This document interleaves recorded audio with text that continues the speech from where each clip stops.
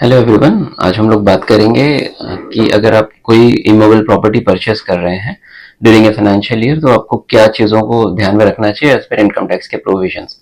तो इसमें सबसे पहले जो आता है वो 194 IA सेक्शन आता है।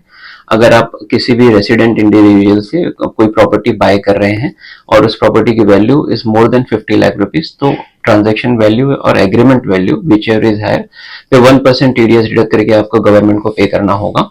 और वो 26QB फॉर्म में उसका पेमेंट होता है और उसकी TDS सर्टिफिकेट आती है।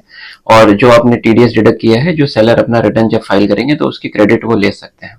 अब इन केस अगर आपने जो प्रॉपर्टी है वो बाई की है नॉन रेजिडेंट के पास से, तो उस केस में आपको उनका 20% से TDS डिडक्ट करना होता है। उसमें 20% TDS प्लस 4% सेस और 10% सरचार्ज एप्लीकेबल होता है।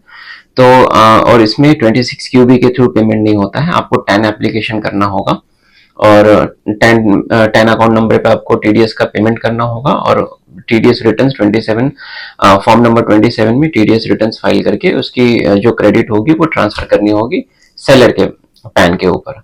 अब इसमें एक चीज और ध्यान देने की है कि एज पर सेक्शन 56 आपका जो ट्रांजेक्शन वैल्यू और एग्रीमेंट वैल्यू होता है प्रॉपर्टी का, उसमें मोर देन 10% का वेरिएंस एक्सेप्टेबल नहीं होता है। अगर किसी भी तरीके से उसका 10% का वेरिएंस है, उससे ज्यादा का वेरिएंस है, तो उसमें आपको इनकम फ्रॉम अदर सोर्स में वो जो डिफरेंस अमाउंट है उसको ऑफर करना होगा। फॉर एग्जांपल, अगर आपने कोई प्रॉपर्टी 50 लाख रुपीस में बाई की और रेडी रेकनर रेट यानी स्टैम्प ड्यूटी वैल्यूएशन अगर उसका 60 लाख रुपीस है, इन दिस केस जो वेरिएंस है वो मोर देन 10% है, तो जो डिफरेंस है उसके ऊपर आपको टैक्स पे करना पड़ेगा from under head income from other source. अब इसमें दो चीजें और ध्यान रखने की है कि जब आप जिस साल में भी प्रॉपर्टी खरीदते हैं तो प्रॉपर्टी में जो आपका सोर्स ऑफ पेमेंट है वो बहुत इंपॉर्टेंट होता है। डिपार्टमेंट या आपसे कभी भी ये मांग सकता है, क्योंकि क्या होता है कि ये AIS में सारी इंफॉर्मेशन रिफ्लेक्ट होते हैं। तो आपने जो भी प्रॉपर्टी खरीदी है उसके उसके जो भी सोर्स है, आइदर फ्रॉम लोन है या from the proceeds of sale of property है या proceeds of sale of jewellery या एनी अदर प्रॉपर्टी है, तो वो आपको वो सारे रिकॉर्ड्स मेंटेन करने होते हैं। डिपार्टमेंट आपसे पूछ सकता है कि आपने जो प्रॉपर्टी खरीदी है उसके सोर्स ऑफ पेमेंट क्या है।